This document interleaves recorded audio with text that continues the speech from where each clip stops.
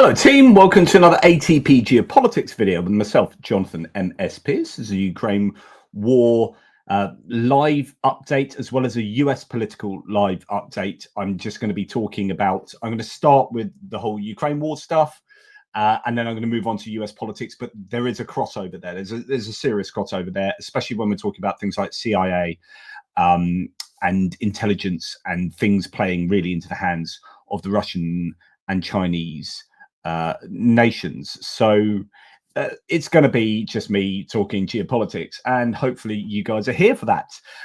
It's good to have you on board, and it's good to be back doing these lives again. I have missed them. We'll start, I guess, well, I'll start by saying there's an awful lot going on. In fact, I don't know whether we shouldn't actually start with looking at some breaking kind of news today concerning the Kursk sector in Russia, where the Ukrainians are attacking. I'm going to go to Andrew Perpetua's map because I'm updating mine today and just explain that there's some sort of good news coming from there. I don't know when his was last updated, but anyway, let's go and do that then. We'll look at some Kursk stuff as a bit of a detour from where I was going to be. I need to pick up a few extra links as I'm going sideways a bit here. I hope you guys are all right. I will be looking out for live chats, good questions and whatnot, and we'll go through them as and when I can. Let me just do all this, paste all that in, and then we'll talk about this. Okay, right. So we are there. I am here. There we go. So there's Andrew Perpetua's map. I'm going to move my screen over there, so I'll be looking a bit sideways sometimes. This is the map of Ukraine, obviously. Andrew Perpetua's map here, and we can see that there's a lot of activity going on, particularly in this area. And this is the area where the Russians are presently on the back foot around a place called Makhnovka there, where the Ukrainians have been attacking today. And some Russian channels are saying 350 to 500 or 400 odd people attacking this area with maybe 50 to 60 armed units, armed pieces, pieces of armored equipment, sorry, and they are making some headway there. If we look here, we've got no reports saying the situation in the Makhnovka Ulyanok area after the Ukrainians attacked since this morning. Approximate confirmed direction of attack included Ukraine, lots of armored vehicles, but was also able to land infantry. Fighting near Ulyanok is ongoing, according to Russian sources. Now, there's some saying that Ulyanok has been taken back by the Ukrainians. So let's find that on the map. So Ulyanok is here, which is pretty good going. There's also claims that Cheskaya Konopelka has been taken back by the Ukrainians. So if we get the ruler out, there are some saying that actually they've made a good 4 to 5 kilometer gain. Well, actually, if they've taken Ulyanok, then that's looking more like 9 kilometers. So that's a really good haul for a day's work there. What else? Yeah, so Tim White said earlier today, saying in the Kursk region, it's very difficult to tell the truth from fiction, from propaganda. But however, my best bet, looking at all the sources available, is Ukraine is counterattacking and is occupied, as mentioned, to Chekhovskaya Konopelka, and has now reached Ulyanok, another 4 to 5 kilometers southeast of there. And then no reports initially reported that the Russians had lost Chekhovskaya Konopelka, and that means that Kolmykov, previously a grey area, has become under Ukrainian control. So several ongoing attacks in different directions in that area. So that's really good news for the Ukrainians. So that's to say that this, I think, settlement is under Ukrainian control as well, taking that and moving on to over there. So that's good news. I had heard rumors about, and I think I can't say too much, but there are rumors of another big attack I was hearing when I was out in Ukraine that is being sorted out, but I don't think it's not in the Kursk area. So just yeah, that's as much as I'll say. So something to look out for. Now, I guess we're going to go to geopolitical news, as that's really all I wanted to say about the front line. It is quite big news, and it's good news that the Ukrainians are pushing on there. Lots of news has come out today. As you've seen, I've done a couple of breaking news updates to do with the Mirage 2000-5S French airplanes. Possibly 3 of those hit the Ukrainian skies today, and then another tranche of the Dutch F-16s have been delivered as well. So that's really good news that the Ukrainians are increasing the fleet of their Western provided planes. Right, going on to sort of normal geopolitical topics. We're going to start with nuclear war because, hey, that's how we roll. Russian nuclear weapons could be used in response to any conventional weapon attacks against Russia or Belarus that threaten their sovereignty. This is outlined in yesterday's signed security guarantee agreement between Russia and Belarus. Russia are going around doing these kind of signing these deals, these agreements. They did it with North Korea. They've done it now with Iran, although I don't know the details of the Iran agreement. And they have done it here with Belarus. And some of this is kind of saber rattling, and it just gives them elbow room to, it gives an air of officialness, of legality to them doing crazy things.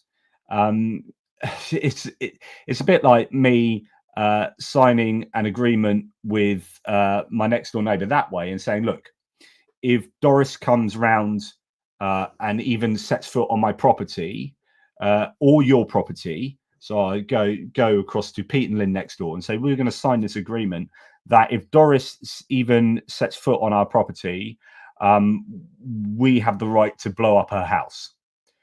And it's like, okay, well, we signed this agreement. It doesn't mean that that's the right thing to do, or that it's internationally, within the legal, the bounds of international law. So we need to be careful when we see these kind of agreements. Not, we mustn't think that, oh, it's okay then, or yeah, okay, that this is a legally binding agreement. It's just, a piece of paper signed between 2 nations here, and it gives themselves permission to do some pretty crazy things. I'm just going to cough myself to death.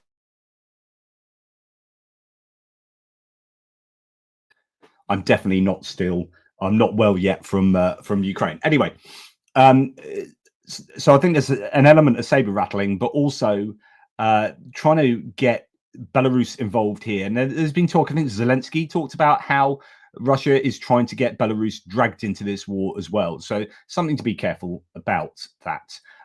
Okay. Rory Stewart here from The Rest is Politics says full steam to dictatorship. He and that podcast, Alistair Campbell and Rory Stewart, a really good podcast, love it. But they've been talking a lot about Georgia and about how people need to be focusing a bit more on Georgia, and I would have to agree.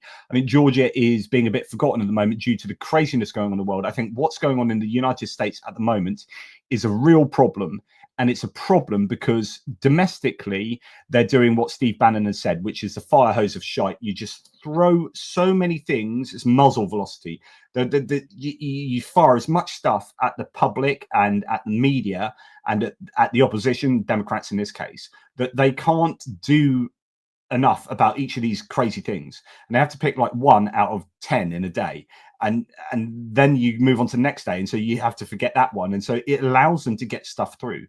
Now, this is the Steve Bannon approach, and it's to the letter what Trump and his administration are doing presently. It's absolutely fascinating. If you want to get a really good synopsis of that, go to my community tab and check out the Ezra Klein 13-minute video where he talks about this and references Steve Bannon. Steve Bannon literally says it in his own words.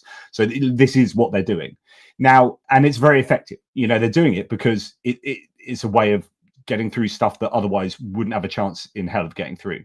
And you're trying to work out what is genuine and what isn't. So that I'm trying to work out, and some people are saying that I'm trying to work out whether his claims, Trump's genocidal claims about Gaza are serious, or whether he's doing that to be able to deflect away from all the stuff that's going on with US aid, with DOGE, and with, taking control of the government in an administrative coup. That's a great thing to get the media to focus on, or the crazy stuff about Gaza. Meanwhile, distraction. Meanwhile, crazy stuff goes on over here. Why I'm talking about this at this part of the video is because this also distracts from other things going on around the world, where the US really needs to be taking a lead, or at least helping out. So the EU needs to take a lead in with Georgia, I think, but also the US. It's really dangerous what's going on. And it's going to be forgotten because everyone is worrying about all the crazy crap that is going on in the United States at the moment. And I think that is a distraction away from all the really, really important things that are going on in the world. And Georgia is one area where we have taken our eye off the game here. So Georgia's parliament has stripped the mandates of 49 opposition MPs. That is dictatorship 101. We are seeing the destruction of democracy in Georgia, and it doesn't look like we are doing anything about it, which is a real shame. Yeah, and again, politics reform, this Reform UK, trying to say the same kind of things going on in the UK, and that's absolutely a load of rubbish, and that's a misrepresentation of what's going on there, by the way. But again, typical disinformation. So definitely, I feel really bad about Georgia. It's desperate what's going on there. There's a lot of violence against opposition members, and then stripping them from of their rights to kind of be MPs. I mean, this is just completely anti-democratic. So good luck to those who are continuing to protest there. Now, I talked about Azerbaijan earlier on today, saying that they are pledging $1 million worth of humanitarian aid to Ukraine, which is significant. It's not a huge amount of money, all things considered, but this is Azerbaijan, and actually it's a statement. The other thing is that they've closed down the kind of the Russian equivalent of US aid in Baku in Azerbaijan, which is another massive statement to say they're moving away from the Russian world, the Ruski Mir. And this is largely due, I think, to the Russians shooting down that airliner and not really owning up clearly enough about it to the Azerbaijanis, who are pretty angry about that. Now, the Azerbaijan plans to take Russia to the international court over that plane crash, according to the State Information Agency, APA. Russia is trying to cover up the incident and push the blame towards a crew in an attempt to create a Malaysia Boeing 2 situation, according to the APA. Authorities in Baku have the evidence to prove that the Baku-Grozny flight was targeted by Russian air defenses and is gathering data for a potential court case if Russia continues to act in a prejudiced manner towards the ongoing investigation. They have a fragment of the missile that was sent against it as well. This is, again, a really significant reflection of the direction of travel of Azerbaijan, and we've seen this with Armenia, where they are moving away from that Russian influence. That's excellent news, and this is exactly the time you want US aid to be moving in and helping Azerbaijan and projecting American Western democratic ideals into the country and trying to influence them in the right way. But there's going to be now a kind of soft power vacuum as US aid has been dismantled. It's just absolutely incredible what's going on in the US at the moment. And just before we're not yet onto the US stuff, but some of you have said, well, you're just so biased. If you watch mainstream media, no Americans are thinking about this. Is just not on the agenda. Yeah, I agree. I completely agree. So for those of you who are trying to defend Trump and Musk and et cetera, by saying, hey, look, stop worrying about all this. No one else is. The people who are worrying are definitely Democrats and people on the left. Yeah, for sure. But actually, this is to do with the control of the media. And because Trump has such a vast control over the media, with Fox News being the biggest watched cable news channel, and if you watch Fox News, they are not talking about the illegality of what is going on. They're not talking about how US farmers are going to be dipping out because US aid is now not putting in food orders to US farmers. They're not talking about the thousands, tens of thousands of job losses that are going to be incurred from US aid, from DOGE shutting down people being asked to hand in their resignations. All of this stuff and the rank hypocrisy that's going on, if George Soros was doing this and, et cetera, et cetera. You're not hearing about this. And so a lot of people in America literally won't be knowing about this. So I am of course going to be talking about this because I think it's a real threat of a massive democratic backslide in America, which is supposed to be this beacon of democracy and transparency, and it isn't. And so this is deep. I'm deeply worried about this. I'm not being anti-American. I'm being anti-democracy. I'm being anti-autocracy here, and that's what's driving my obsession with what's going on in the American political scene at the moment. Now, getting back to Russia and Ukraine, Russian gas is now flowing. Annoyingly, Russia seemed to have found a way around this, as have Slovakia. Russian gas is flowing to Slovakia via the Turk Stream pipeline, which delivers. Well, the deliveries are set to double from April, says SPP chief Wojtek Ferenc. The Gazprom contract runs until 2034. Quote, we are not terminating it. So it looks like Slovakia have found this way around Ukraine shutting down the gas pipeline transit through Ukraine. And this one is going through Turk Stream. Now, Zelensky's met with the UK Foreign Secretary. As I've talked about, this happened, was it yesterday, day before? And they've talked about the historic agreement, 100-year agreement with Keir Starmer in the UK. David Lammy met with Zelensky, the foreign minister. Lammy, quote, we focused on coordinating efforts, strengthening security guarantees, increasing sanctions on Russia, and using frozen Russian assets for Ukraine's benefit. You also had the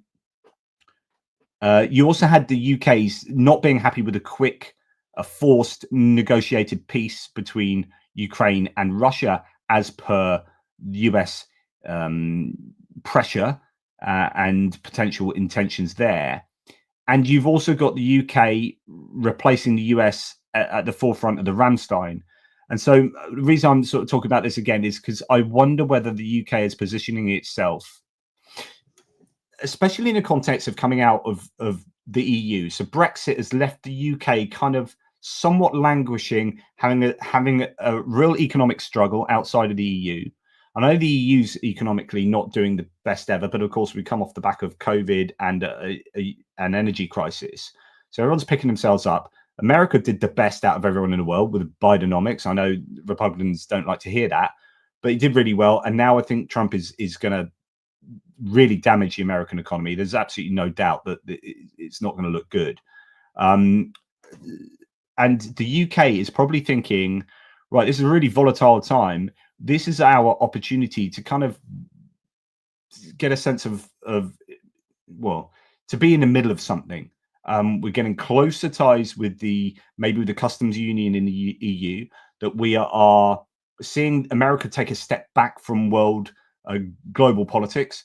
And perhaps this is UK's time to try and reassert itself in a way that we haven't seen for some time. So, yeah, interesting. And if the UK takes a lead on Ukraine and security in Europe, I think that would be pretty interesting.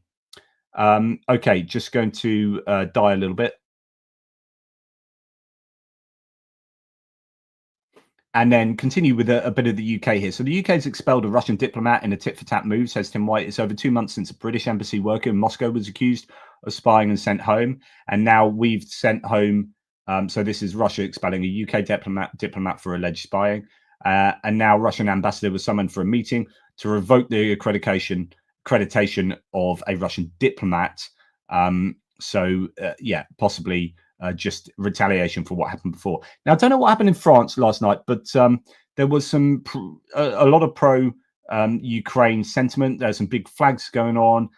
Paris was standing with Ukraine last night. I don't know what it was. There's a big long flag down a road with lots of people.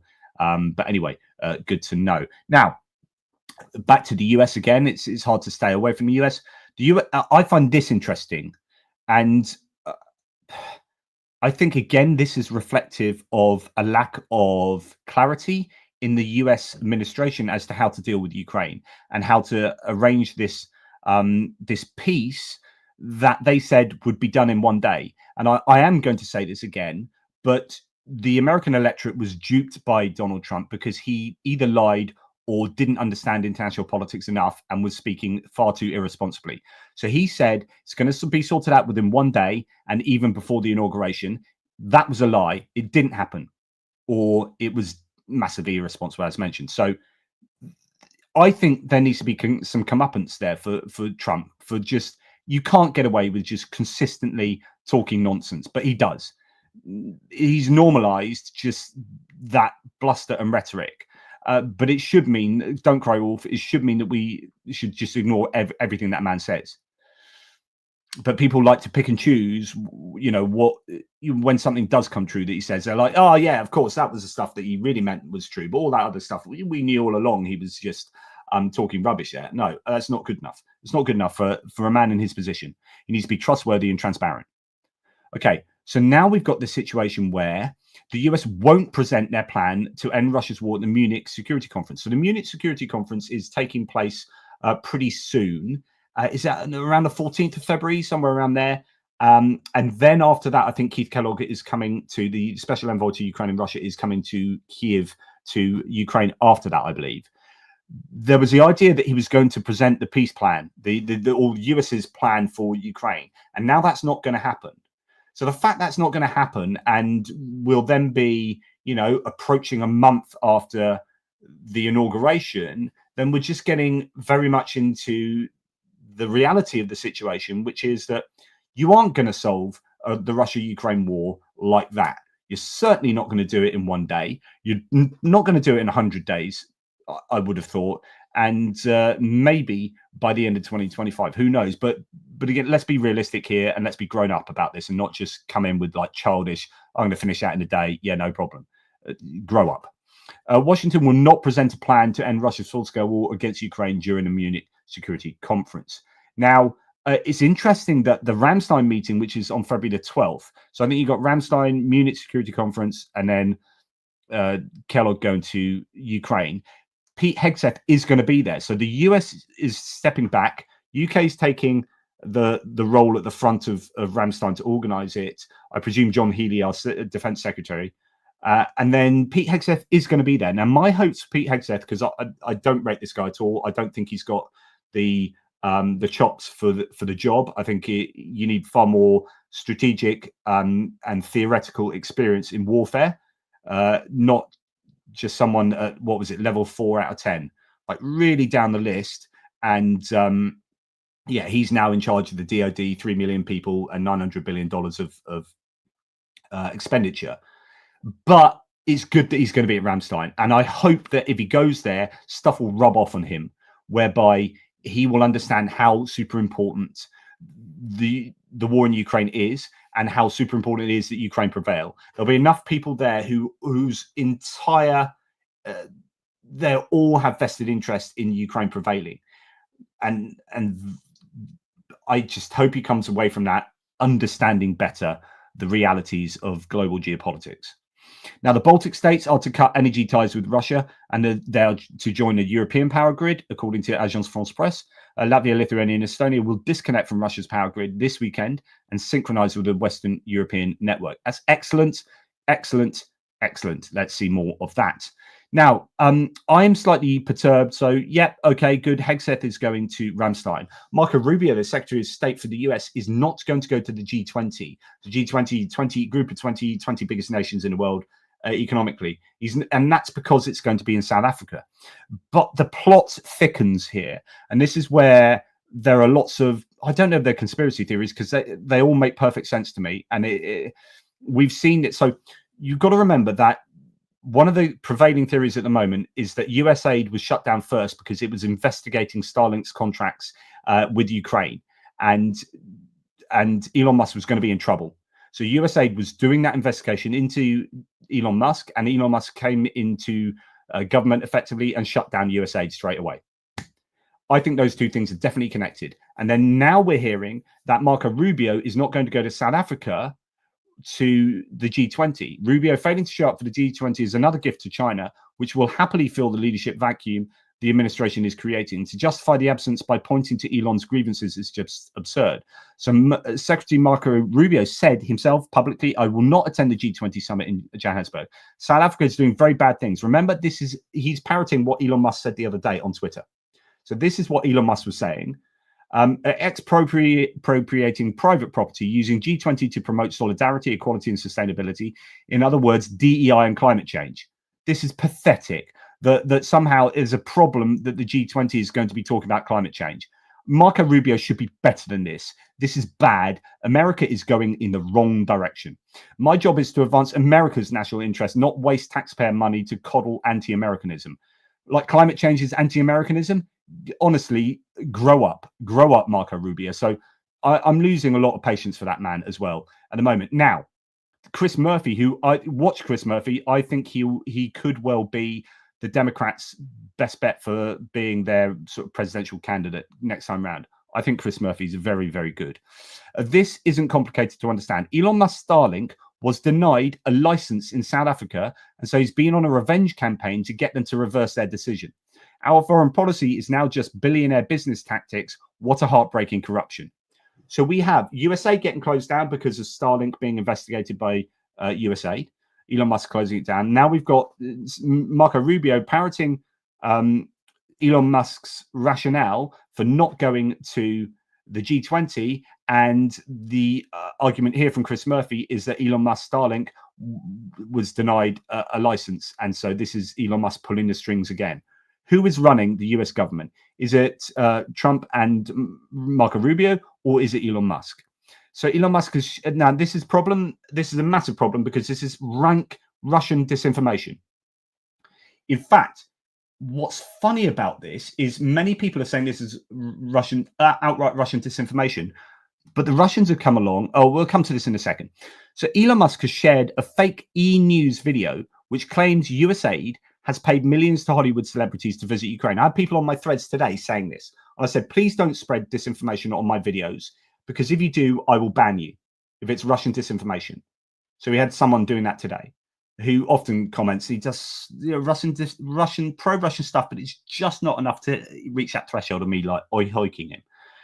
Now, a community noted clip is the work of Russian disinformation campaign that creates fake videos of news outlets to push anti-Ukrainian narratives. This is the idea that USAID and a few other people who get wrapped up in watching Fox News have said this as well on my threads today, who I know are not like pro-Russian, but they are like USAID is corrupt and it's, you know, they're paying Angelina Jolie and Ben Stiller to go to Ukraine, etc., etc. This is not true. It is Russian disinformation. Do not believe it. So anyway, that's what's going on here. I'm sorry, I'm just going to cough myself to death.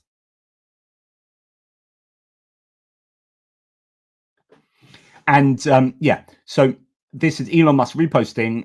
Did you know that USAID spent your tax dollars to fund celebrity trips to Ukraine or to boost Zelensky's popularity amongst Americans? This is terrible. And people are now rightfully saying, look, if we're at a point where Elon Musk is just freely spreading Russian disinformation, then he's not interested in truth at all. There is absolutely, you know, he has no compunction about spreading that which is beneficial to Russia and China. And he's basically essentially a useful idiot for them. Elliot Higgins here from Bellingcat, the open source anti-disinformation entity, says Russia's long-running disinformation campaign on Twitter is pumping out videos making all sorts of allegations about US aid, with Elon Musk and Donald Trump Jr. already rehearsing one of the videos to millions of people because they're too dumb to spot disinformation operation. This includes videos where they've deepfaked audio of various speakers, including myself.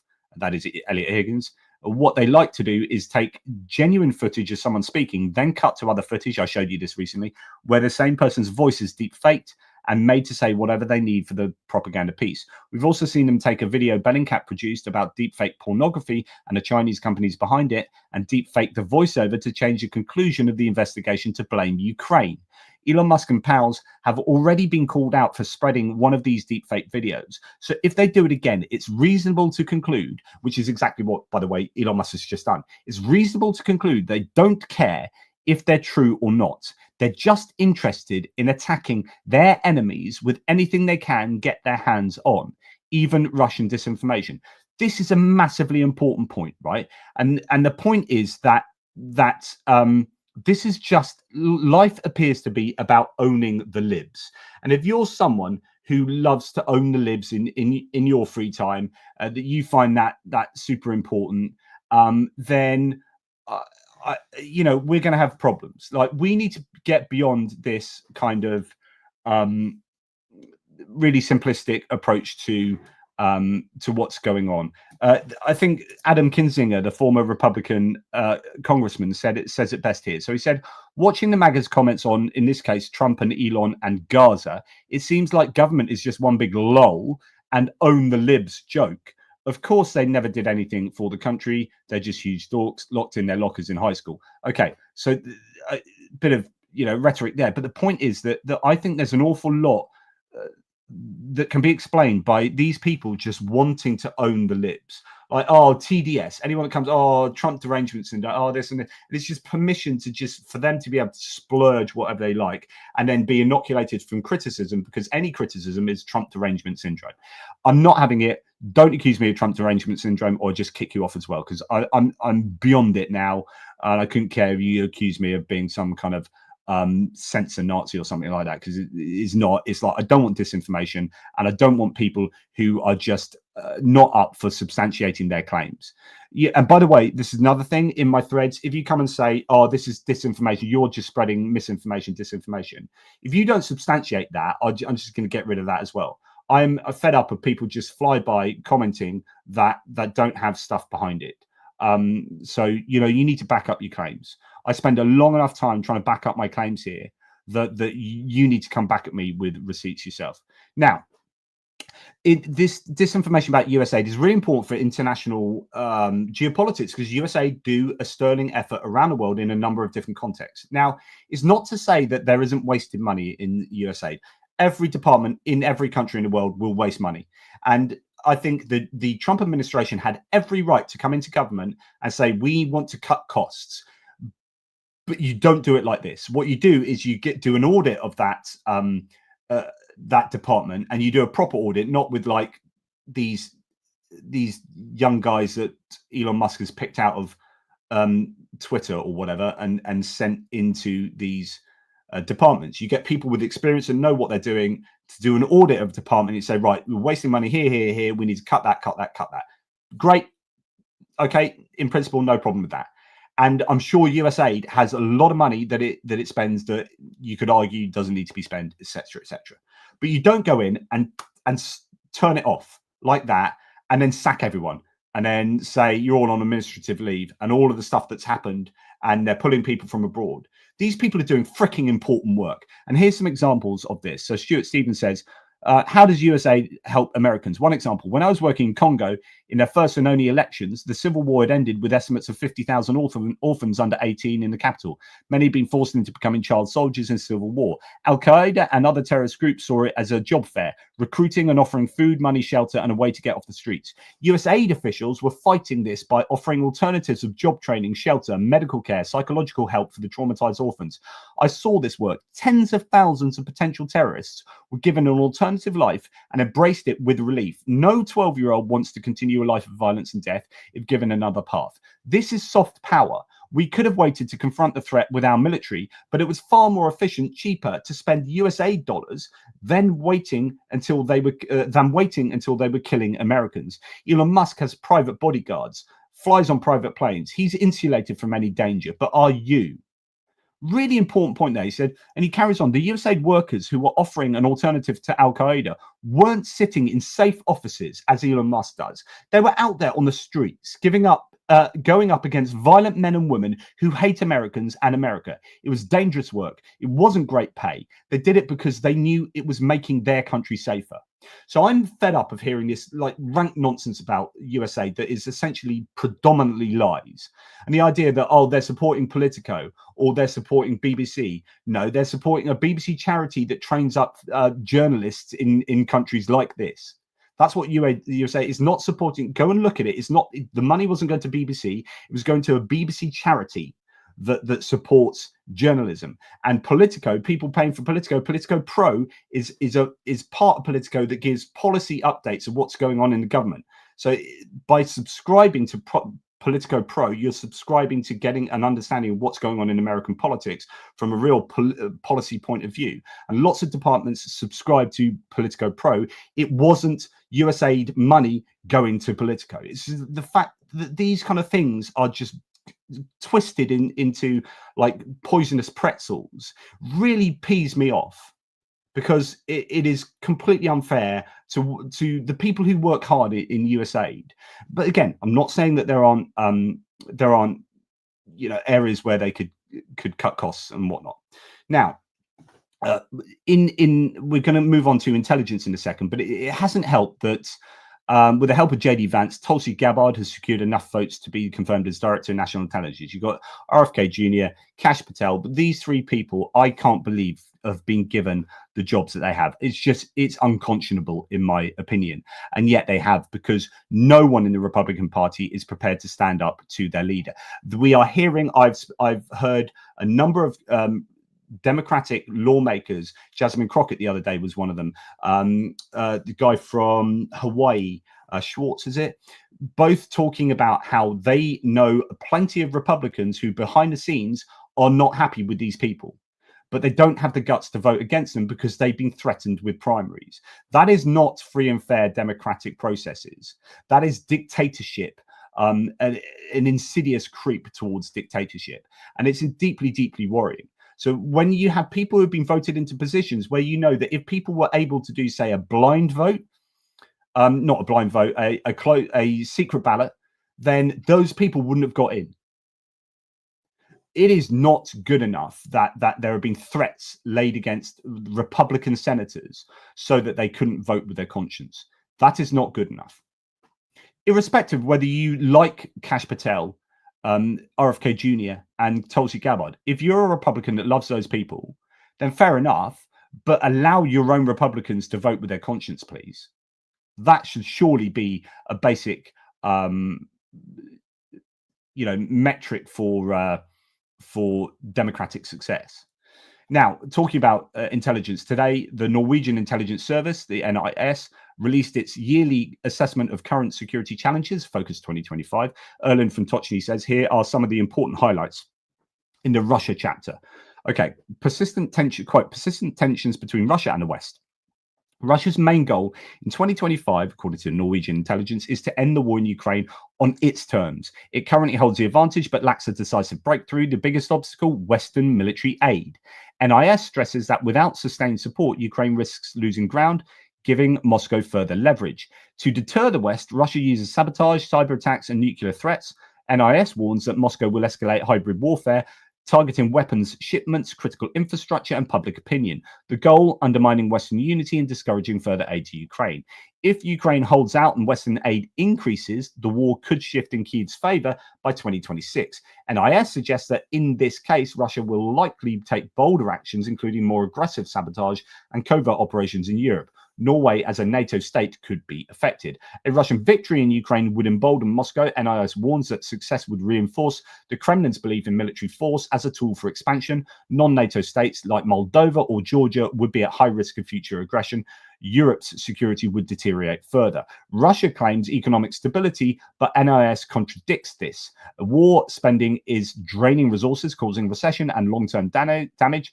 Increased military costs mean less funding for citizens, and Moscow is burning through reserves, raising the risk of future instability. The war has significantly weakened Russia's military. NIS highlights severe personnel and equipment losses. That's the sort of thing I report about on a daily basis. While Russia is replenishing forces, the quality of new recruits and weapons is lower. If the war drags on, maintaining military effectiveness will be a major challenge. Despite economic and military strains, Putin's regime remains stable for now.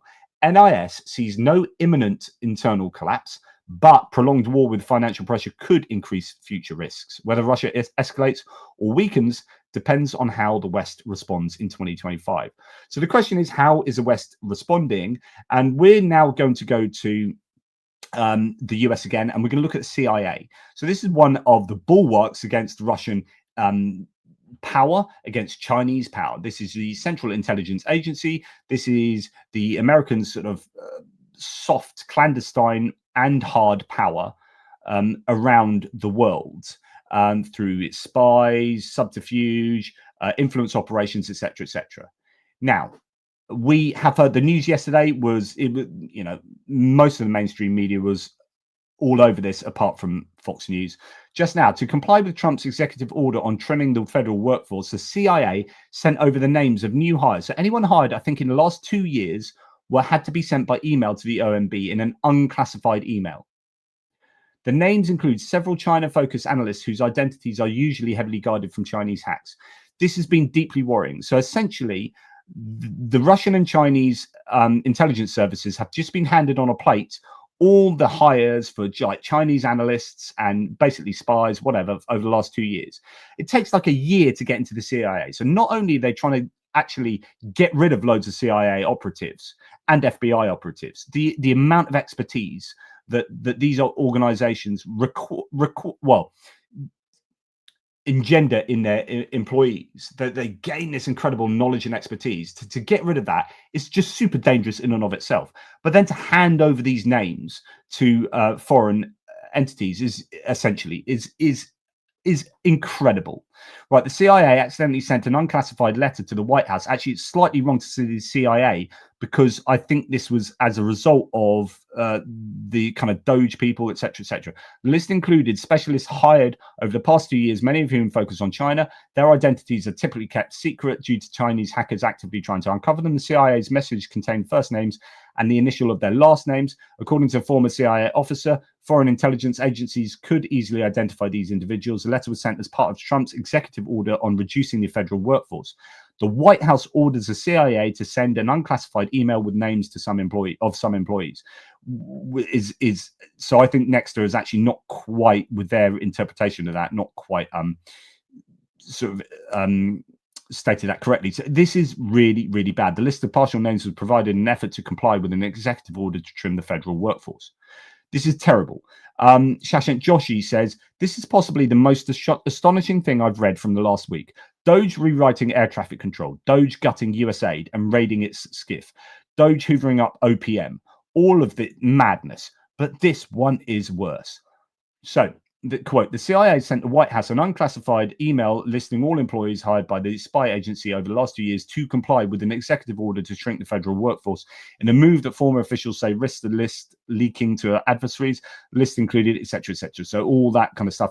It included a large crop of young analysts and operatives who were hired specifically to focus on China, and whose identities were usually closely guarded because Chinese hackers are constantly seeking to identify them.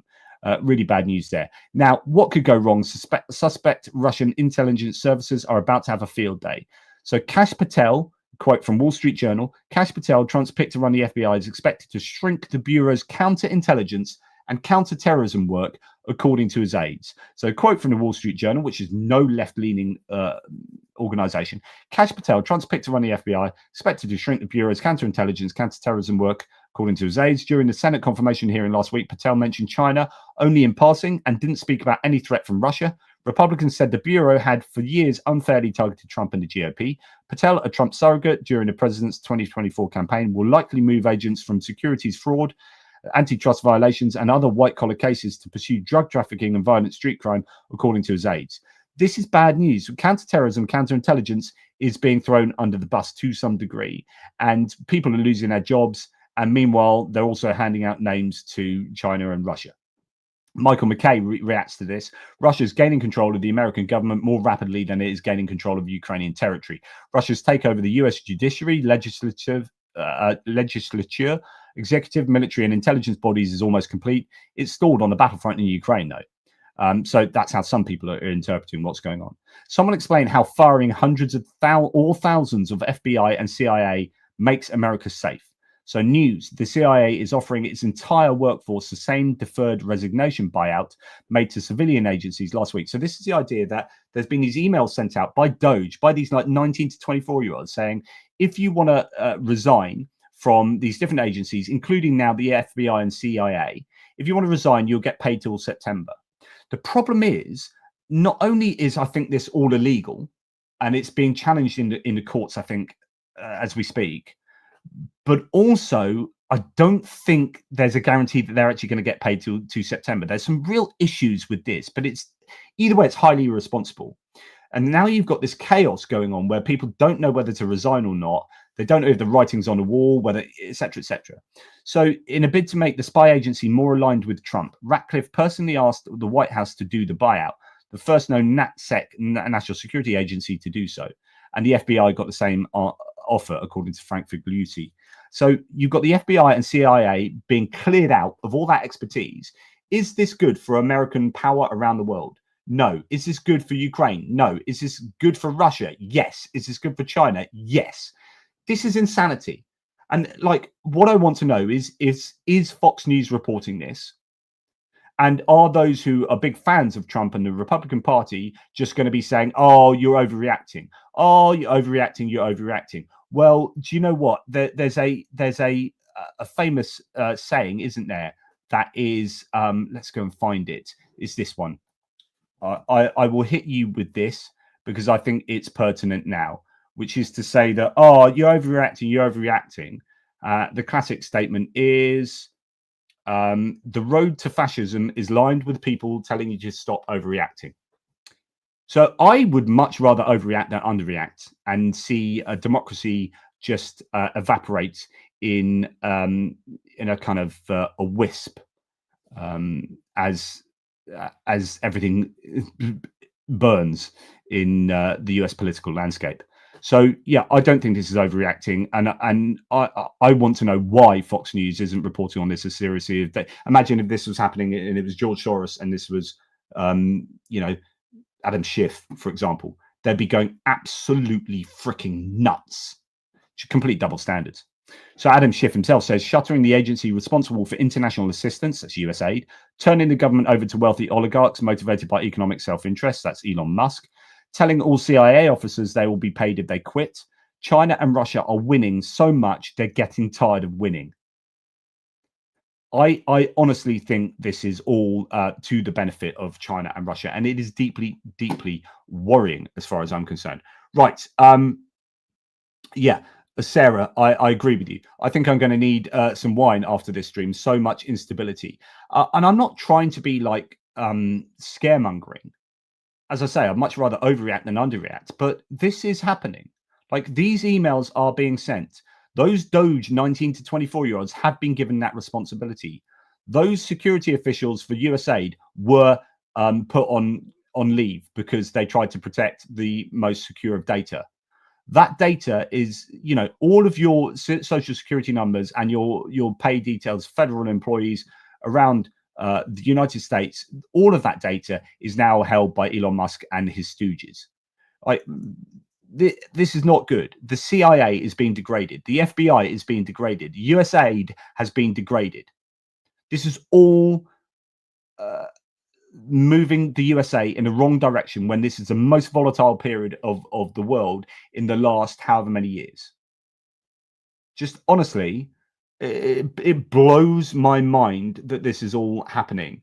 As Cheryl says, Fox News is behaving like Russian state media. Multiple shows repeating the same words about Trump and his 3D chess, as if Trump's playing 3D chess. Trump doesn't understand any of this. He's doing what Russell Vought, is it Russell Vought?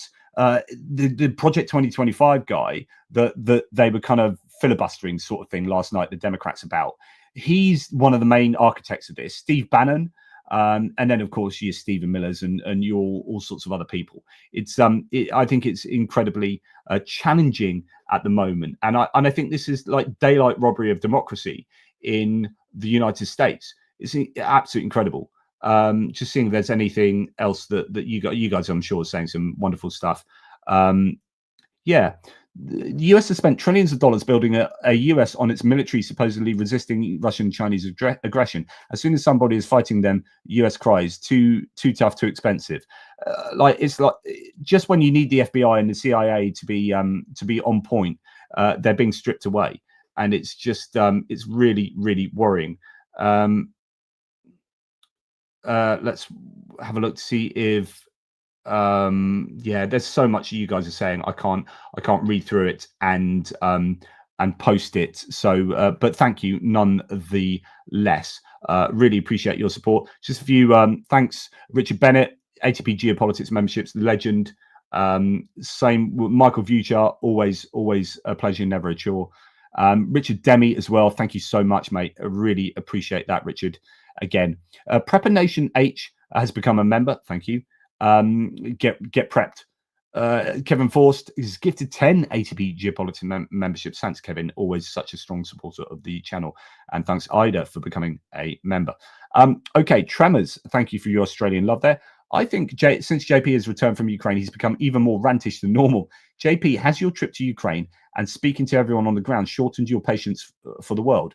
Really great question. I think that's a correlation fallacy.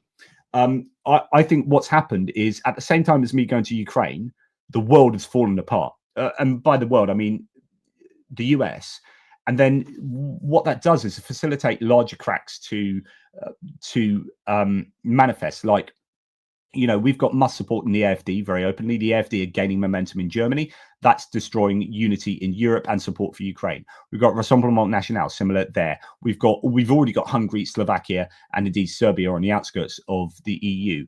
We've got reform gaining momentum in the UK with loads of support on social media reform and loads of anti-Labour rhetoric coming from Russia and media in general. We have establishment parties are suffering under this wave of populism, which is being fueled by rhetoric that's being vomited out of Russia through their sort of disinformation campaign routes and conduits. So I you know, the US doing what it's doing at the moment that then allows the worst of Europe to bloom. I think we are living in super volatile times. So it's not necessarily anything I picked up from Ukraine. In fact, you know, there's a lot to be upbeat about in Ukraine if we could do the right things. But then you go there and you see what people need, and you understand the needs of the country, and you understand its positioning even more clearly. And then at that time where that clarity is most vivid, the world just falls apart. And you're like, so I've come back, and it's not Ukraine so much as it's the rest of the world that has made me just, you know, I'm despairing to some degree. Like, I really do despair. Now, people who love small government and your small government conservatives in America, they're loving this. Yeah, let's slice up the government. But and let's own the libs. But you've got to understand that there's making cuts to the government, and there's destroying the CIA, the US aid, and the FBI, and seeing how that affects global geopolitics. This is the most dangerous time in US history, I think, to start doing things to do what we are seeing at the moment. And if you then understand, if it's true that those swinging cuts are being made because Elon Musk is protecting his own self-interest because he was being investigated by, well, the FCC, the SEC, and USAID, and those the kind of the FCC and the SEC are going to be controlled by Trump surrogates, basically, and Elon Musk fans. So he's not going to be investigated by them, and that leaves USAID, and he gets rid of USAID.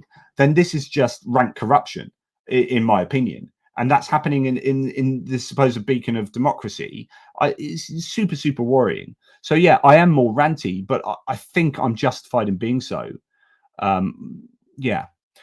Julian Rossiter, we can only hope for a clash of egos. Steve Bannon, of all people, has warned us about Musk. This is really interesting, and I think there's so much conversation you can have about this, Justin. Julian, sorry. And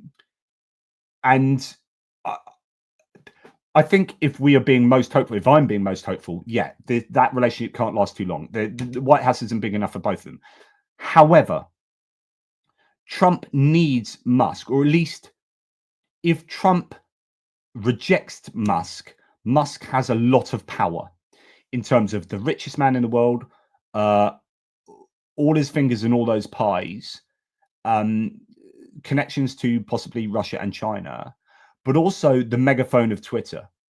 So if Trump gets peed off with Musk and pushes him away, and Musk turns against Trump, Trump is in a lot of trouble. And I think Trump knows that. And so he can't push him away, even though I think he's probably realizing and seeing some of the looks on Susie Wiles's face, his chief of staff, with Musk doing certain things. I think he realizes that Musk is overstepping, but I don't think he can do anything about it. And likewise, Musk needs Trump. You know, if Musk isn't in the White House, then he gets investigated maybe again. You know, if he pisses off Trump too much, then Trump can investigate Musk, right? He can resurrect the FEC, the FCC, the SEC, and USAID in investigating Musk. And so these two are kind of like almost inextricably linked. So although the White House isn't big enough for both of them, and they are going to be annoying each other, no doubt, I think it will last longer than some people were imagining. I know Anthony Scaramucci was saying, "Oh, it won't last long at all," because he was thinking of that kind of personality side of thing. But actually, they're so linked that I don't think they can get away from each other. I'd be interested to see what you guys think about that. Lag Monster says 12 months. Glad I got to share it with all you great people in this community, and JP too, of course. So member for 12 months. Thanks for that, Lag Monster, and thank you for your continued support of the channel. It means an awful lot.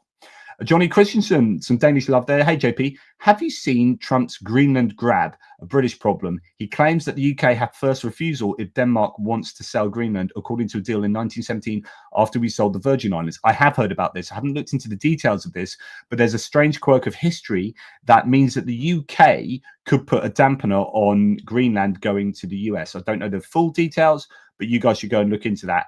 I have indeed heard that. It would be great if the UK went, nah, not so much there. Sorry about that, Trump. You're not having Greenland. But what you're getting to, and we're going to talk about this in a second, we're getting to this really problematic period of time. Really problematic foreign policy approach of the United States, where Trump was elected on getting a handle on inflation, and everything he's doing is inflationary, including trying to buy Greenland, and also possibly going to war in Gaza, where Trump got elected on being the man of peace. I'm not war, blah blah blah, all this genocide Joe, and Joe Biden is a warmonger, etc., etc. And then literally Trump yesterday has advocated for genocide in Gaza, where the US is going to have their troops clearing out the whole of Gaza, getting rid of unexploded ordnance, flattening Gaza. And this is, even though Sean Hannity tried to deny that Trump was thinking this, Trump came out and said it explicitly, that's what's going to happen if Trump gets his way. Now, of course, you might have Congress might have something to say about this, but Trump's got in on inflation and not going to war, and he's doing everything to raise inflation and to go to war. It's absolutely incredible. He wants to go to war in Greenland, in Panama. It looks like he's got his way in Panama, but in Gaza, and you're like, holy crap, this is absolutely insane. But there you go. I need to just now. Oops, no, I'm not going to do that. I need to share my screen, and it is going to be a Chrome tab. Where are we? Chrome tab. So thank you very much for continuing to hang on in the live chat and what have you. We have here, this is Daniel Goldman. That's what I want. Sorry about this. This is what happens when you're on your own and trying to muddle through. Okay. So what we're going the reason I had to do this slightly differently is because I want to play some sound in this. And in order to play sound, I have to do things slightly differently. But we're now going to move on to some more, unfortunately for some of you that don't like me talking about this, some more American politics. And we're going to start, indeed, we're talking about Gaza. So remember that Trump has literally advocated for genocide. And that is what the forced repatriation of 2 million people means. This is, I was watching a clip from a BBC Politics program where they had a Labour guy and a Conservative guy, and they both actually were against what America has said, what Trump has said. So we've got political agreement in the UK that what Trump is saying is not acceptable, but they used very caged language. And it was really interesting to see Ash Sarkar, who's a very left-wing political analyst from Novara Media. She was on the panel and she said, I've just listened to you guys, both of you guys talk, and neither of you has said what this actually is, which is genocide. That the United States of America are advocating for genocide. That you've got the president of the United States with genocidal rhetoric. Like, this is the actual definition of genocide. And you can argue it's, oh, they're just moving people from here to there. And then you've got like Jesse Waters on Fox News, not Fox and Friends, 5, just like going, oh, some of them we can move some to Greenland, and joking about forced repatriation of millions of people. And I think that's disgusting. It does need to be called out for what it is, right? This is the textbook definition of genocide. Genocide isn't just killing people, it's also forcibly moving them out of their home, right? When all of the nations around there are not in agreement with this, I don't know where Trump goes with this, but this isn't going to happen. And then the question is, well, is it just a distraction so that he can get away with doing all this stuff back domestically? So this is what Daniel Goldman says. Trump is not going to relocate 1.8 million Palestinians and send 100,000 American troops to Gaza. It's a distraction while he tries to ram through dangerous and unqualified nominees and turn the federal government into his personal fiefdom. We must focus on actions and not words, which I think is an interesting thing to say. Right. Then we go. I mean, here's an example. Hopefully you can read this, but this is, John King, interesting fact, John King also has multiple sclerosis, in case you didn't know. But this is what he says about this. That was the President of the United States sitting in the Oval Office. Let me know if you can hear that. The forcible resettlement of Palestinians off their own land, land that international law recognizes as their land, as land that the United States, until 2 weeks and a day ago at least, recognized as their land. And the Prime Minister of Israel, the state created because Jews were forcibly relocated, forcibly resettled, and then killed in Europe by Hitler, sitting there smiling, while the President of the United States is saying we should forcibly resettle a people off their land. And John King is absolutely right there. So that is genocide. And ironically enough, when you've got this really right-wing Israeli government, ironically enough, it's a horrible, terrible irony that's what happened to the Jews in the 1930s and 40s, that they were forcibly moved and then put into ghettos and then sent to concentration camps. Now, I'm not saying that the Americans are going to send these people to concentration camps, but that first part is genocidal. Like, it's just what it is. And this is where it gets, I completely agree with Swalwell here. Wait, what? The US is going to occupy Gaza? We were promised no more endless wars. By my count, we are occupying Greenland, Canada, Panama Canal, and now Gaza. And that's exactly right. Incredible. What else do we have? So Edward Hunter Christie talks about this. So Donald Trump says the Gaza Strip would be turned over to the United States by Israel at the conclusion of fighting. The Palestinians, people like Chuck Schumer, I mean, that's disgusting in itself. This guy is so childish. Would have already been resettled in far safer and more beautiful communities with new and modern homes in the region. They would actually have a chance to be happy, safe and free. The US, working with the great development teams from all over the world, would slowly and carefully begin the reconstruction of what would become one of the greatest and most spectacular developments of its kind on Earth. No soldiers by the US would be needed. Stability for the region would reign. Of course, this is just a massive pipe dream. And he had to kind of slightly walk back the fact that, the Palestinians wouldn't be able to go back to that place. Like, the initial idea, which is kind of like Jared Kushner talked about this, getting rid of the Palestinians and then putting the Riviera, what did he say? The Riviera of the Middle East. So Edward Hunter Christie says, okay, this is nonsense on steroids, even by Trump standards. He continues to push for evacuating the entire population of Gaza, but the regional Arab states have all rejected this publicly, and he's clearly not listening. So what's next? Forced displacement unilaterally by Israel? The world is watching. The UK, France, key Arab states all reject this approach. As for Trump's mention of Chuck Schumer as a Palestinian, this confirms Trump's wider mental deficiencies, throwing everything he doesn't like into rants that are sinister as well as completely undisciplined. But his enemies aside, Trump has another problem. The MAGA base does not want strange Middle Eastern adventures. The pushback against Trump from the American right is all over the US media or since yesterday. That's surely why he now promises it can be done without US troops. So there's a walk back. That statement wasn't the original statement. Now he's talking about not having American troops. Now he's talking about, but he's not unprincipled. He is unprincipled. He's undisciplined, Trump, and he just half the time I think he's well. Does he? Is he being primed with that? Is it a case of throwing stuff against the wall and see what sticks, and then walking back stuff that doesn't stick?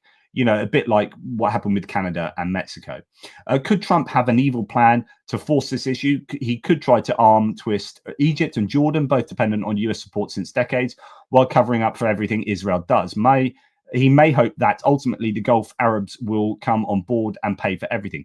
It won't happen, right? You will not get Palestinians going to Jordan, because if they get too many Palestinians there, and they've already got like refugee camps and whatnot, then you get Jordan hasn't been popular with some of these Arab states. Jordan has supported strikes against Iran, etc., etc. They are not going to take large amounts of Palestinians. Egypt, for whatever reason, I don't know if it's economic or what, will not take large amounts of Palestinians. You do not have support for this plan, and unless you've got support from Arab states in and around Gaza, this won't happen. Whatever comes next, says Christie, nobody should forget that forced displacement is both a war crime and a crime against humanity. Legal commentary on this is very clear. So again, like, it is genocide. Be careful. And you wonder, as Adam Kinzinger, as I've already said, like, is this just about owning the libs?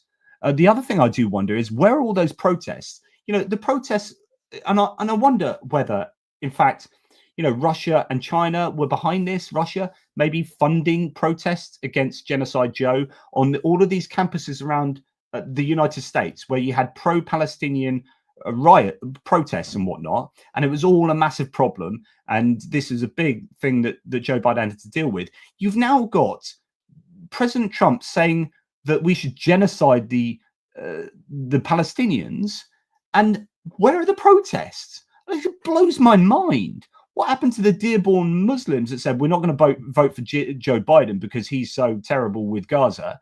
And now you've got the new president coming in and saying we're going to bulldoze Gaza and get rid of the Palestinians, and then the Dearborn Muslims are silent. And you're thinking, were you just paid to be anti-Joe Biden? Like, was there money coming from Elon Musk from the Republican coffers? Was this Russian? Like, why are they so silent now? It blows my mind. Anyway, you know, let me know what you guys think. Okay, so going back to what DOGE is doing by stripping out these agencies like OPM, morale has plummeted, said 3 OPM officials, as DOGE agents have clashed with senior career personnel. One official recalled a recent meeting in which a young DOGE team member, so these 19 to 24-year-olds with no experience, coming in and closing down entire departments and telling them to hand over their data. One young DOGE team member began screaming at senior developers and calling them idiots. Shashant Joshi said this is ripe for authoritarian abuse. Which congressional committee is overseeing these powers and this activity? Just absolutely incredible. The 2 OPM officials said the level of access granted to DOGE agents means they could copy the social security numbers, phone numbers, and personnel files from millions of federal employees. Quote, they could put a new file in someone's record and they could modify the existing record. They could delete that record out of the database. They could export all that data about people who are currently or formerly employed by the government. They could export it to some non-government server or to their own PC or to a Google Drive or to a foreign country. Like Hillary Clinton's emails. A private email server, like when the Republican Party went mental, right? What the hell are Fox News saying about this? Why are they not? I mean, it's pathetic and it's disgusting and it's double standards. And if you were someone out there, if you were someone all those years ago that complained, shouted about Hillary Clinton's emails, right? And if you're not shouting about this, have a freaking word with yourself. Have a word with yourself, because you are exhibiting double standards, and therefore it's not about the content. It's never about the content. It's about owning the libs. Right. So Kim Kelly, sources tell me that DOGE is going after the Department of Labor next. DOL workers, Department of Labor workers, have been ordered to give DOGE access to everything they want or risk termination. Quote, we're supposed to stop everything we're doing and do whatever the DOGE kids ask. It feels dirty and illegal. Apparently, there's a kickoff meeting between DOGE people and Department of Labor management planned for yesterday at 4 p.m. Unrelatedly, the Francis Perkins building. Anyway, whatever. So, Department of Education, Department of Labor. Then we had this from USAID needs more staff to we need to shut USAID down in 2 years. So Joni Ernst, another one who's had her arm twisted about these nominees as a Republican senator, has said this is what she has said once. This is what she had previously said. USAID has been understaffed. Not that they got too many and they all need to be cut. She previously said they've been understaffed and their humanitarian efforts have not kept pace with the rapid surge in funding. I voiced my concerns and I'm pleased to announce USAID has agreed to address their staffing shortages. And now she's talking about being happy that they're being shut down. Again, Marco Rubio sent a letter saying USAID needs more funding, and then now he's in power. He's saying, "Oh no, we're gonna get rid of it." Yeah, it's pretty incredible if you ask me. Now, this is pretty disturbing. So Elon Musk and Trump are treating federal employees like dirt. They did not sign up for this. It needs to stop immediately. One of Elon Musk's lieutenants and her child have literally taken up an entire floor in the government building. This is incredible. And I'm going to play you some of this. Everyone's afraid every day a shoe's going to drop and we're going to get cut. I think this goes beyond politics. I think this goes to our Constitution, our division of powers, our democracy. I don't think speaking out about what's happening at our agency is political. It's just trying to save our agency and our democracy. I have received a stop work order. This. So now my job, which is to advise the House Foreign Affairs Committee and Senate Foreign Relations Committee on the rise of authoritarianism and how to combat it, I'm not doing my job. I'm sitting on my hands all day, watching these things play out in Serbia and Georgia and Russia. This is making us a lot less safe. Now, I hope you heard that. So the guy was saying, my job is to monitor authoritarianism around the world. I've now got to stop my job because of DOGE. And I'm watching Serbia and Russia and Georgia fall apart. And I'm watching authoritarianism rise. And this is making the world less safe. I'm not doing my job reporting to the Foreign Affairs Select Committee or whatever it is. It blows my mind. And this is actually American authoritarianism on the rise. Today we got word that supervisors must now fill out a justification form and that there's going to be just a 30% rank and yank of all staff in my agency. And to top it all off, one of Musk's top lieutenants and his wife and young child have shacked up on the 6th floor of our agency. So one of Elon Musk's DOGE dudes and his wife and kid have shacked up on the 6th floor and are now like making rules. Like, why is America not going freaking nuts about this? Like, why are not 100% of my viewers, I bet there's some of you out there still whinging that I'm overreacting. Why are you not going mental over this if you're American? This is insane. Living there. The hallway's been blocked off with a special access list for people who can't get back there. Talking about empathy, how can he relate to me? And I realized, doing quick math, that it will take me not 100,000 years, but 100,000 lifetimes to earn his wealth. How can he empathize with anybody? In Loudoun County, Kyle. So that's a really good point. Like, here's a billionaire, like a centibillionaire, that would take me 100,000 lifetimes to earn what he earns. 100,000 lifetimes to earn what he earns. And like, how can he empathize with what we're going through, this guy's saying, as he's like shutting down these federal employees and terminating their jobs and et cetera, just incredible. And just a reminder, 3 years ago, Marco Rubio wrote a letter to Biden suggesting they increase the USAID budget as a tool to counter the CCP, so the Chinese Communist Party's expanding global influence. So now Marco Rubio's shutting down USAID. So what's that? Was he lying previously about the growing influence of the Chinese Communist Party? Like at some point you were wrong. You're either wrong now or you were wrong then. What is it, Rubio? What is it? This is not good enough. Contradicting comments he made Monday that dismissed concerns of China stepping in where US aid has left. Just absolutely incredible. Documents show USAID's Inspector General was investigating a public-private partnership involving Musk's company just before Musk shut the agency down, as I've mentioned before. Key USAID web pages mentioning Musk's company have suddenly vanished from the agency's website. So again, you know, Musk, Neuralink is under investigation for possible unsafe blah, blah, blah. So USAID was also investigating Starlink as well. It's just absolutely incredible. This is all incredible, and it blows my mind. Now, again, as someone said in my thread yesterday, I think you need to be aware as well that shutting USAID down is also going to screw up American farmers, because American farmers, the orders are put in by USAID for loads of food that then goes out to some of these places that get support from USAID. So getting USAID, gutting USAID threatens billions of dollars for US farms and businesses. So it's just like, you know, he wants to deal with inflation. He had a mandate, you know, he was voted in to deal with inflation, and his contracts are being lost left, right, and center. You got people losing their jobs, going on unemployment, and then but being paid until September for doing nothing, and then going on to unemployment, and so on and so forth. You're like, what are you doing? Where's the sense in any of this? Just incredible.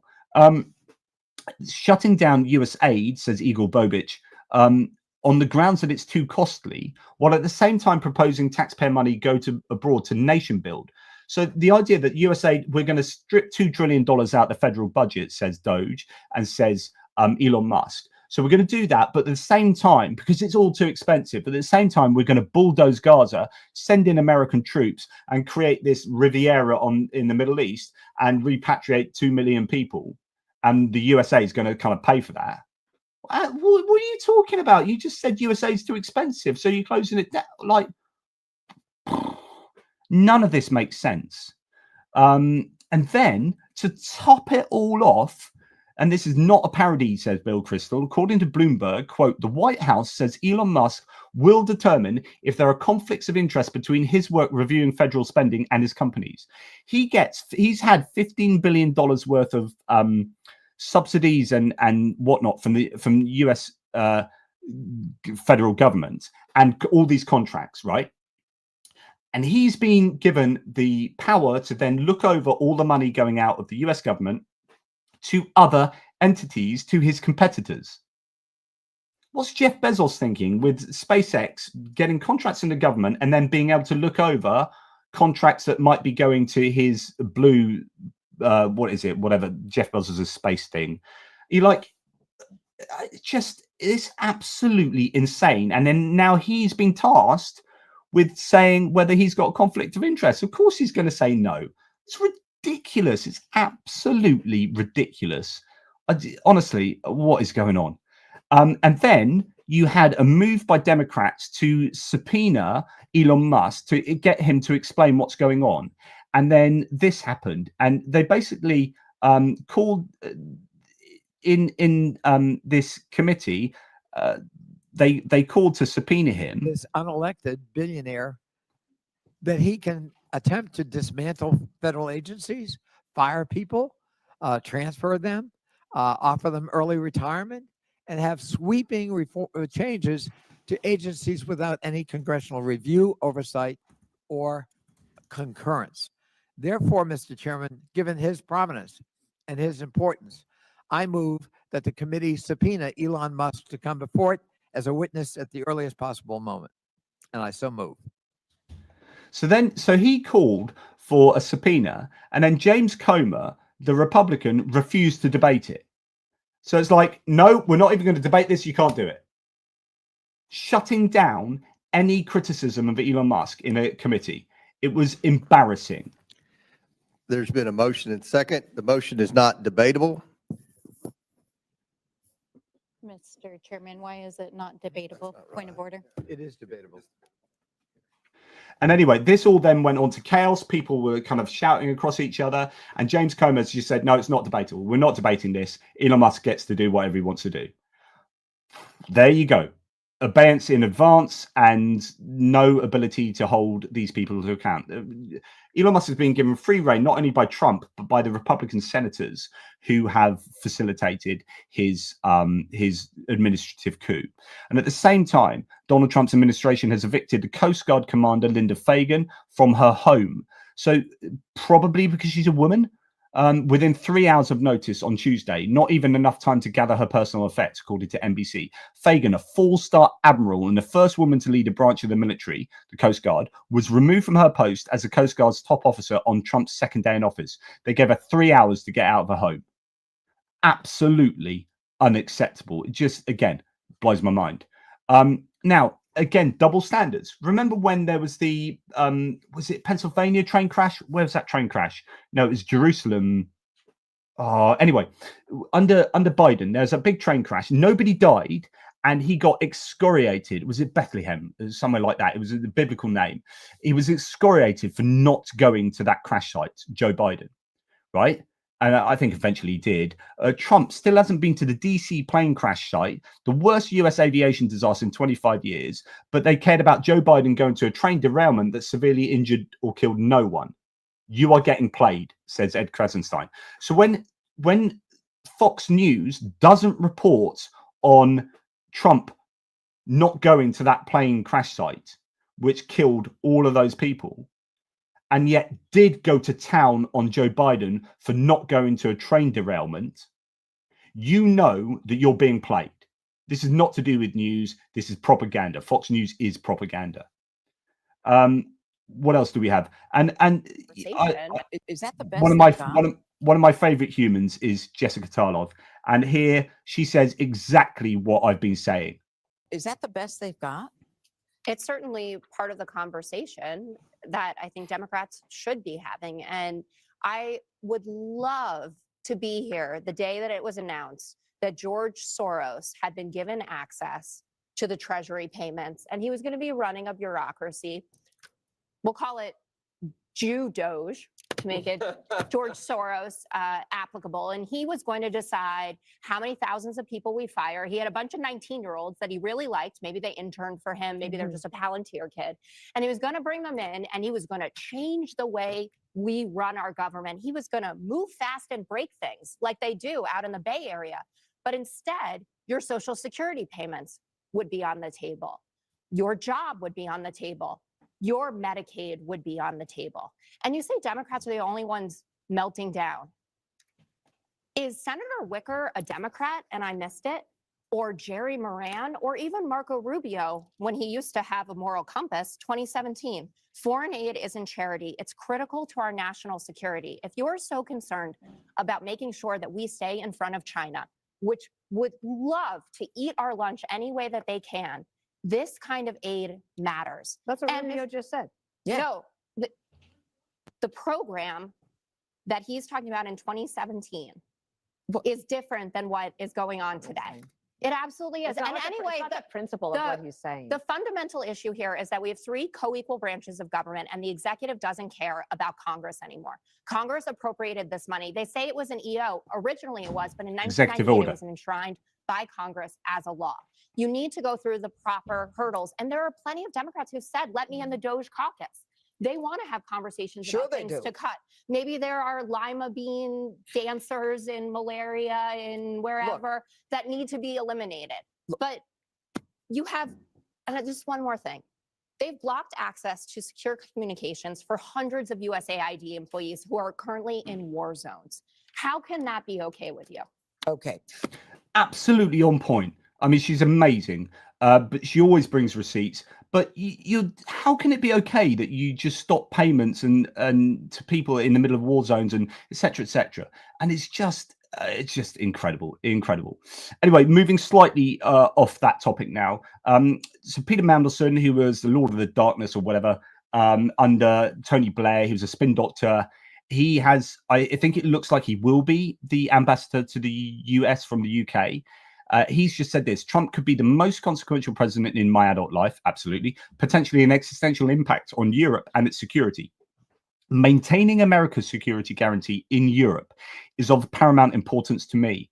And this is really important. So the US wants to get out of helping to secure Europe, but a secure Europe is massively important for the US, both in terms of security itself, but also in terms of economic stability. So stable Europe and a secure Europe, it means a stable and a secure US. That's why the US has been there. And it's all to do with the Cold War. The US was there because of their ideological war with the Soviet Union.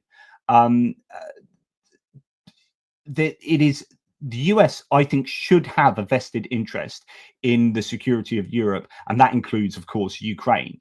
But of course, from a very short-term transactional point of view, that's not, I don't think, how, unfortunately, Trump sees it. Now, we're going to go off on a few random tangents here. Just please indulge me. This is weird anyway. This is a weird thing. So you've got Trump surrounded by a bunch of kids signing an executive order. And I think this is the one about transgender athletes, about how trans women can't be in sports teams or whatever, right? Which is a weird thing to get children all around you to be cheering about. But he signs this. And then they're all like watching. I want to make this a really good signature because this is, this is a big one, right? And then it does. If you see the whole bit, it goes on, and they're all giving him a clap, and it's all like a bit weird that they're all clapping about transgender athletes and whatnot. But as Alex Cole here says, there's not a single black or brown girl in that White House. That's DEI. They've selected all white. Yeah, I don't know. I thought that was an interesting observation that every single one of those children was a white child. I don't know. I don't know what that says. Then we have this. So another random nugget here, but I think people are starting to understand that they've been played. So we've talked about the Dearborn Muslims. We've talked about people worried about inflation. We've talked about people who voted for Trump because he wasn't going to go to war. All these things, and it's like, well, that's out the window, that's out the window, that's out the window. You've been played. All Trump wanted was power. It doesn't really matter. He doesn't give a toss about what you thought you were voting for him for. It's about naked power for him. And you've got the Venezuelan. So you had this situation, if you remember the election, where people were thinking, especially after that kind of Madison Square Gardens debacle, where you had real anti-immigrant rhetoric. And it was thought that a bunch of kind of Latino voters would jump ship from Trump back to the Democratic camp, but actually it didn't really happen.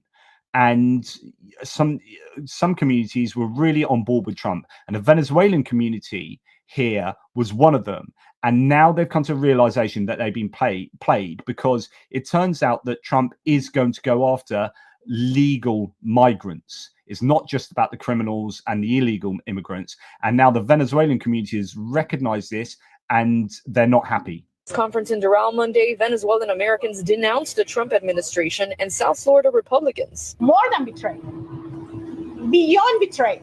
They used us. They actually, during the campaign, and I don't want to make this political, but during the campaign, the elected officials from the Republican Party, they actually told us that he was not going to touch the documented people. Conference in- So they used us. We were told by the Republican Party officials that they're not going to touch the documented Venezuelans. And now Venezuelan Americans in South Florida are reacting to Trump rescinding TPS for 350,000 Venezuelans. So this is a particular type of ability for them to be in the United States. So Venezuelan Americans react to Trump's decision to revoke deportation protections for Venezuelans in the US, risking their deportation. We feel betrayed. They lied to us. During the campaign, Trump and Republicans told us they wouldn't touch legal immigrants, and now they've rescinded that. We've been played. People are realizing they've been played. And it's simply the fact. It's like, you were contacted by the Republicans. They said they weren't going to do this. Trump's got in. Now they're doing this. And people like me are like, told you so. Literally told you so. They will come for you. Oh, when you've got Stephen Miller in power, then yeah, they will come for you. Now, I'm almost going to leave you with this today. I love this. Amy Klobuchar. I quite like Amy Klobuchar anyway. She once ran for president. Not this time around, the time before. I just think this is funny. Speaking of Greenland, there's a question for you that I want to pose. What is the difference between Greenland and Donald Trump? Greenland is not for sale. Okay, for any Republican Trump administration person out there that want to throw eggs at me as a result of that joke, you can't because they're too expensive. I love that. I love that she laughs at that at the end. It's like, you know, inflation. Eggs are going up. You said you're going to bring the cost of eggs down, and they're going up. Price of eggs are going up, and so you can't throw those eggs at me. They're too expensive. You can't afford them. But yeah, you know, difference between Greenland and Trump. Greenland's not for sale. Ouch. Now I did post this on my community tab. The YouTube version is, you can find this on YouTube. Just search Ezra Klein and one of his latest videos. He's absolutely on point here. This is a 13-minute video, which I think all of you should watch in toto, the whole of this video. But I just want to give you an indication of what Trump is doing right now, which Ezra Klein has nailed. And again, I said this earlier in the video, this is using Steve Bannon's blueprint. If you want to understand the first few weeks of the second Trump administration, go back and listen to what Steve Bannon told PBS's Frontline in 2019. The opposition party is the media. And the media can only, because they're dumb and they're lazy, they can only focus on one thing at a time. All we have to do is flood the zone. Every day we hit them with 3 things. They'll bite on one and we'll get all of our stuff done. Bang, bang, bang. These guys will never be able to recover, but we got to start with muzzle velocity. So it's got to start, it's got to hammer. It's got muzzle velocity. Muzzle. So that is, he says 3 things. Trump has been doing 10 things. You know, he's got the record now for the amount of executive orders in the first 2 weeks of, in this amount of time compared to any other president. He's blown Biden's executive orders out the water. I think last count it was 40. It's now more. Muzzle velocity. Bannon's insight there is real. Focus is a fundamental substance of democracy. It is particularly the substance of opposition. People largely learn of what the government is doing through the media. So if you overwhelm the media... A record-setting number of executive orders. Everybody pardons. Violence, non-violence. Including assaulting police officers. Birthright citizenship. We live in unprecedented times right now. If you keep it moving from one thing to the next... So far, so good. Is this legal? If you give it too many places it needs to look. You've never been deported before? You got to fill. All at once. All federal grants and loans will be halted. Look, there is a purge happening. Frankly, unprecedented in its nature. Guantanamo. DEI. The Gulf of America. No coherent opposition can really emerge. It is hard to even think coherently. Donald Trump's first 2 weeks in the White House have followed Bannon's strategy like a script. The flood is a point. The overwhelm is a point. The message wasn't in any one executive order or announcement. It was in the cumulative effect of all of them. The sense that this is Trump's country now. It is his government now. It follows his will. It does what he wants. That he is limitless. If he says that birthright citizenship is over, then it's over. Or so he wants you to think. And he goes on to unpick that and whatnot. Very well worth listening to. But yeah, definitely sort of flooding that fire hose of crap. Just and there's nothing you can do about it. There's too much to be able. Bannon talked about the media being lazy and rubbish or whatever, but no, it's like you're just physically unable to cope with dealing with all of that much content and being able to critique it. I mean, goodness me, we've forgotten about 1,500, including violent protesters, being pardoned. That feels like an age ago, but that should be hugely controversial. And then we move on from one thing to the next, and we got Greenland being invaded, Panama, Colombia, Mexico, Canada, the EU, all of these things, and it's just craziness, and you just, the human brain can't deal with that much stuff going on, and that's a very clever tactic of the Trump administration there, very clever indeed. So yeah, a bit of housekeeping. I just want to correct a couple of things I said recently. One was I claimed that Levitt, the spokesperson for the White House, said that it was all to do with electricity going off because of Canada not providing power, and she said Jesus didn't have electricity, he was fine. That was actually fake news. That was not true. It's a rumor that she said that. She didn't actually say that, and I claim that she did say that, so apologies there. Second thing is, I said there were no tariffs on cars going into Europe. There are tariffs on cars going to Europe, depending on whether it's finished cars or not finished cars, of various amounts. I think maybe 10%, maybe less if it's unfinished, and whatnot. So yeah, apologies about that. I got that one wrong. Really interesting about cars going into Europe though, and the reasons why actually Europeans aren't buying American cars. One big argument is that they're too big. So we have very small streets in Europe, and you pass, I mean, driving in the US compared to driving in Europe, wildly different things. And actually American cars aren't very good at that. But a big one is actually regulatory. They don't have the same emissions regulations, and so you literally can't buy them quite often because they don't qualify to be sold in the EU, because we want cleaner engines and safety regulations and all sorts of other stuff. So when Trump is complaining about US cars not being bought by Europe, we don't particularly like American cars that much. Just, you know, they're too big and they don't pass the tests really, amongst other things, and obviously tariffs are going to, so equalizing tariffs, there'll be no issues with that in principle, but yeah, just I thought I'd correct myself on that, so apologies for misinforming you about that, but hopefully I pick up on where I do the amount of stuff I say, I'm going to get some things wrong. But yeah, I'm going to leave you with this. Road to Fascism is lined with people telling you to stop overreacting. I think, oops, no, there you go. Leave you with that. I'm not going to go just yet, because I'm going to go back into big screen and then just mention a few more thanks and comments that you might have said that I can pick up on. So just want to go to Finnish guy, Russia delenda est etiam. I presume that means Russia needs to be destroyed. It's a long time since I did GCSE Latin, but I did get an A, so you know there is that. Johnny, thanks Finnish guy, by the way. Johnny Christensen, it was what the Turks did to the Armenians. I'm not sure what that's in reference to, but that is a genocide. The Armenian massacres, pretty horrific stuff there.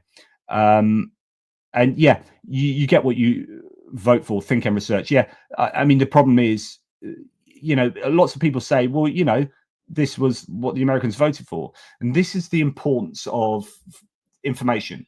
Like garbage in, garbage out. You will get people, and this is not just an American problem, this is a British, European, worldwide problem, is that you cannot have free and fair elections if you don't have free and fair access to information and dealing with disinformation and misinformation. It is too easy to manipulate the electorate these days to get them to vote for what you want them to vote for.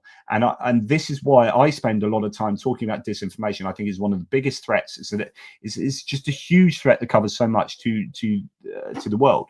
You know, and you can include like climate change, like the amount of disinformation on climate change. And we've got Marco Rubio now saying, I'm not going to the G20 because we don't want our tax dollars going on, you know, fake news or whatever. And it's like, that's not, what are you talking about? Oh, anti-Americanism, what, climate change? And that really, really depresses me. That you know, you get these big ideas like that being in a firing line. But anyway, you know, yeah, you can say, well, they voted for that. But if they voted for that based on, you know, I'm talking about any people in any particular context in the world. If you vote for an outcome based on disinformation and incorrect information, then you've got problems, and that needs to be solved. So when it comes to the American election, and then you add to that with the American election being lied to. It's about inflation, about no wars. It's about this, it's about that. And it's like, well, none of that was true. I'm going to solve the Ukraine war within one day, even before the inauguration. Lie. It's about inflation. Lie. It's about not going to war. I'm the man of peace. Lie. It's about I'm not going to I'm not going to touch legal immigrants. Lie. So okay, he got voted in, but he's doing the opposite of what he said he would do. So this is that's not cool, and he needs to be held to account for that. But dealing with disinformation, I think, is absolutely the forefront of what we need to deal with worldwide. Some questions. Could Ukraine government release bonds? We could buy international bonds for supporting the defense and industrial reconstruction of Ukraine. I think that's something they're already doing. I have a feeling that is an active thing, and I think they've done quite well on them, if I'm correct in saying. But I'll need to look into that. I don't know if there are any other sort of questions. Benny Pie, the instability, democratic backsliding, reversal of human rights, breakdown of rules-based order. This is what the EU was set up to defend after World War II. This is the EU's moment to step up. 100%. And it's going to be fascinating to see what the EU does now. It needs to step up. It absolutely needs to tool up and get its hands dirty. The problem is you've got these chomping at the sides within the EU. You've got those coalitions of those populist movements, particularly on the right, but also some on the far left as well, like BSW in Germany and Der Linke, who are anti-EU and are anti-democracy, really, and are pro-Russia. And so the EU is somewhat compromised in and of itself. I mean, that's the nature of democracy. People have voted for that. But it definitely needs to move forward, and it needs to do things really quickly to support Ukraine, to support democracy, and to help out Georgia, etc., etc. Really important that the EU steps up big time, and I would throw the UK in on that at the moment. I'm sure so much more that you guys have asked. I don't have time to go through all of that now, but thank you very much for what is no doubt a very erudite set of comments. You guys are always brilliant in what you say. Now, hopefully, I know I did a lot of talking about American politics. It obsesses me, and tough luck if you don't like that. You can always stop listening. You can listen to Ukraine stuff and then not listen to the other stuff. I get people saying, I like your Ukraine stuff, but you need to stop talking about this. Now I'll talk about whatever I want. You can choose not to listen. I'm not forcing this on you. So, you pick and choose what videos you watch. You don't have to watch everything. I will be talking about that which interests me. And I think stuff to do with what goes on in America is really important for Ukraine. I think not only in terms of how it affects Ukraine directly, like the decisions that the US makes in terms of international foreign policy, but also more subtly in terms of looking towards America for a sense of, for a blueprint of how to be, as many nations do. I mean, I disagree with that, because I think the American electoral system is with first past the post and other, electoral college. I think it is flawed. It's a two-party system. I think it needs to be much more pluralist than that. So I think the American system is flawed. But you get a lot of nations looking towards America, and if America starts democratically backsliding, then that gives permission for other nations to do that. And I think we then start having knock-on issues with that. So it's really important that we understand what goes on in America, and especially with these big movers and shakers like Elon Musk. They have a massive role to play in the future of the world, sadly enough. Michael Vucha, I am not stopping listening. I like it all. I stopped listening to military aid because of Colby Badwai. So he's not a fan of Colby Badwai. By the way, I haven't mentioned Colby Badwai. He's a very conservative Canadian. Michael Vucha is not a fan of him. I haven't mentioned Colby Badwai for probably 3 months. He's not commenting as much, and possibly because he's not on Blue Sky, at least not that I've seen as much. And I'm trying to get as much of my information from Blue Sky as possible. But yes, I watch only you Geopolitics because I don't have time for the rest. Keep doing it. Thanks very much, Les. Really appreciate that. Anyway, thanks so much. Final one here from Julian. Thanks so much to the the JR. You're absolutely right. Who would have guessed that a channel named ATP Geopolitics talks about geopolitics topics like US affairs? Spot on, mate. It blows my mind when people say, can you stop talking about America? What's that got to do with the Ukraine war? It's not a Ukraine war channel, although I do specialize in that. Julian Roster, like him or loathe him, I'm somewhere in the middle, but do you think Boris would be useful now in keeping Ukraine front and center and dealing with Trump? I think Boris has been ostensibly wrong. What was that comment? He said something about, he said Trump would be good for global stability and blah, blah, blah. And he was absolutely wrong. Completely wrong. There was a meme I saw about it the other day, which is like a quote from Boris Johnson and like how it's going at the moment. No, I don't think he would be particularly good. And I mean, I think he's good for Ukraine, good on Ukraine. But I think I'd even go Rishi Sunak wasn't bad on Ukraine. He kind of offloaded it to someone else, to the people below him, like Ben Wallace and whatnot. But yeah, and I actually think Keir Starmer's doing fine on Ukraine. What's going to be interesting is how Keir Starmer and the UK deal with America. So if America go tariff heavy on the EU, how does the UK go, well, we don't want to be hit, so we'll just stick away from that? Or do we stick with Europe, but then get sucked into trade, to tariffs and a trade war? Like, I think Keir Starmer's got a really difficult job to do in navigating where the UK goes with regard to the EU and the US. It's going to be fascinating. And my personal opinion is that there is a dilemma, and it's going to be the least worst option. I don't think we can navigate a good path through geopolitics with the way global geopolitics with the way the US is going. And I think we're also economically very fragile at the moment, the UK. So our interest rates went down today, which is good. Our average wages went up, so more money in the pocket, but that's going to affect inflation. And actually, we need economic growth, and we've had our growth downgraded. So the UK is in a sticky situation at the moment, and that's going to give ammunition to people like Nigel Farage, who will then go on a populist kind of ride that populist wave, and along with that will be stopping support for Ukraine and stuff like that. So, dangerous times for the UK, definitely, but at least we've got a government that's in place for the next sort of 3.5 years or whatever. So that there is that. There's at least the stability of that. Johnny Christensen, they want to send the Palestinians to the Negev desert. Yeah, I don't think there's any good option that's going to come out of that. By the way, the train derailment was East Palestine, wasn't it, in Ohio, as someone pointed out. So thank you for that, for correcting me on that. I knew it's something sort of vaguely of that sort of nomenclature. Okay. Thank you very much to everyone. I need to go and see my partner now, who is wondering whether I exist anymore. I do still exist, but mainly online. Really appreciate all of your support. You are incredibly generous.